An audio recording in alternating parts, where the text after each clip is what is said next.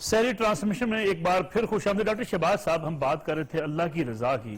اللہ کی رضا کیا حاصل کی جا سکتی ہے حقوق العباد کے بغیر؟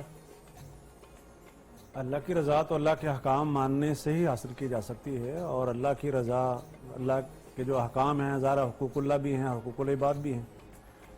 ہمارے ہاں ایک مشہور بات ہے کہ حقوق العباد کی اہمیت زیادہ ہے اور حقوق اللہ کی اہمیت کم ہے. تو شاید اس کو ہم پوری طرح سمجھ نہیں پائے ہیں. اصل یہ ہے کہ جو حقوق العباد ہیں وہ پہلے حقوق اللہ ہیں اور اس کے بعد پھر وہ حقوق العباد بنتے ہیں. مثلا اللہ تعالیٰ نے حکم دیا کہ والدین سے حسن سلوک کرو، والدین کی خدمت کرو. تو پہلے تو جو اللہ نے حکم دیا وہ اللہ کا حق ہوا نا، کہ اللہ کی بات مانی جائے، اللہ کی بات مانی، ٹھیک ہے. اور اللہ کا حق ہوا، اور اس کے بعد پھر وہ والدین کا حق ہوا. تو گویا کہ ان کی حیثیت ڈبل ہوگی. اللہ کی اطاعت آپ نے کی تب آپ نے جو حقوق العباد ہیں وہ حقوق اللہ بھی ہیں اور حقوق العباد بھی ہیں. اس اعتبار سے ان کی اہمیت زیادہ ہے.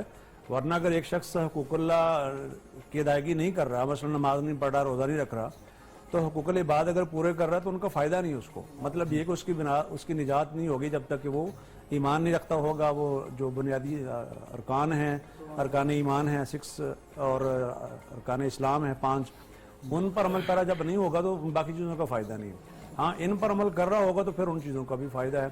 اور اس میں ایک چیز یہ ہے کہ اللہ کے ساتھ تو ڈائریکٹ اس کا معاملہ ہے، لیکن بندوں کے ساتھ یہ کہ اس کی تلافی بھی کروانی ہے. اور اس میں بھی ایک چیز اہم ہے کہ اگر ممکن ہو، یعنی ہم اس کو ایسی شرط نہیں لگا سکتے چونکہ لا یکلف اللہ الا نفسا، لا یکلف اللہ نفسا الا وسعہا. تو اس کا یہ ہے کہ مثلا ایک آدمی کا آپ نے حق غصب کیا، اس کے بعد وہ بندہ فوت ہو گیا، ملا ہی نہیں آپ کو، کوئی ذریعہ ہی نہیں ہے، تو معافی آپ سفر میں تھے، اس کے بعد ملاقات ہی نہیں ہے، تو اب یہ تو نہیں ہے کہ اس کی معافی نہیں ہوگی. انسان پابند ہے جہاں تک اس کے اختیار میں، اس کی معافی استغفار ہے، اللہ سے معافی ہے، وہ مال واپس کر سکتا ہے. اگر وہ اس سے معافی تلافی کروا سکتا ہے کروائے، اگر نہیں کروا سکتا، امپاسبل ہے، تو پھر اللہ تعالیٰ سے ڈائریکٹ وہ رابطہ کرے گا. لیکن اس کے ساتھ ساتھ دیکھتے نہیں کہ ہم ٹھیک ہے اللہ کی حکم کی تابعداری کرتے ہوئے نماز بھی پڑھتے ہیں، روزہ بھی رکھتے ہیں، لیکن کہیں نہ کہیں ہم معاشرے کے اندر جو لوگ ہیں جن کا حق ہمارے اوپر بھی ہے اس کو ہم نظر انداز کر دیتے ہیں. کہتے ہیں ہم ٹھیک ہے، نمازیں ہماری پوری ہیں، روزہ ہے، ہم نے حج بھی کر لیا ہے، اپنے آپ کو ایک تقوی کے ایک زوم میں ہم لے جاتے ہیں. وہ پہلے ایک بات ہو رہی تھی، اس میں میرے ذہن میں یہ آ رہا تھا، امام ابن قیم رحمۃ اللہ علیہ نے لکھا ہے کہ بندوں سے گناہ کیوں ہوتا ہے. مطلب اللہ چاہے تو ہمیں گناہ نہ کرنے دے، قادر ہے نا، اللہ تعالیٰ ہر چیز پر قادر ہے. ہم سے نافرمانی ہو ہی نہ، اللہ تعالیٰ ہم سے نافرمانی کیوں ہونے دیتا ہے؟ یعنی اللہ کی کونی مشیت ہے. اس میں بنیادی چیز یہ تھی کہ انسان کے اندر تکبر نہ آ جائے.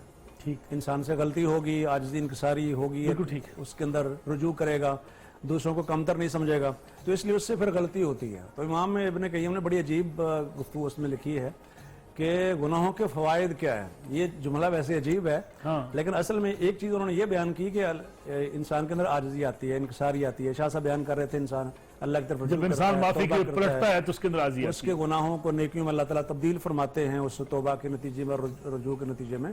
تو اس بنا پر اس سے یہ کونی طور پر یہ صدور ہوتا ہے.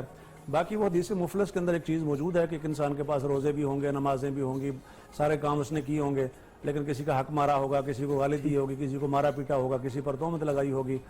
تو ظاہر اللہ تعالیٰ نے یوم الدین میں انصاف کرنا ہے نا، تو پھر اللہ تعالیٰ ان لوگوں کے اس سے نیکیاں لے کر ان کو اللہ تعالیٰ دیں گے. اور اگر فیصلہ ہونے سے پہلے اس کی نیکیاں ختم ہو جائیں گی تو ان کے گناہ لے کر اس کے اوپر ڈال دیے جائیں گے، ثم طور فی النار، پھر اس کو جہنم میں ڈال دیا جائے گا. تو عدل تو ہوگا وہاں پر. ٹھیک ہے.